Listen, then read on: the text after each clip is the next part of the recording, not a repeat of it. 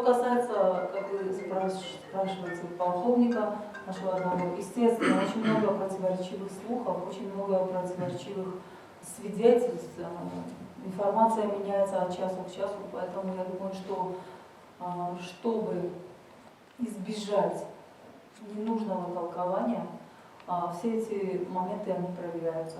Мы делали запросы, несколько запросов в разные страны, наше Министерство внутренних дел. Поэтому я думаю, сейчас что-то говорить определенно невозможно. Любая информация требует проверки. Поэтому, я не говорю, что не надо спешить, но лучше разобраться во всем от и до, чем сделать какую-то информацию, которая не будет соответствовать действительности. Но он не явился на работе, да? Пока нет таких сведений. Он не был в отпуске. У нас, вы знаете, ненормированный рабочий день, и когда у нас какие-то мероприятия, вот, например, я не была 3 года в отпуске, например, да, вот.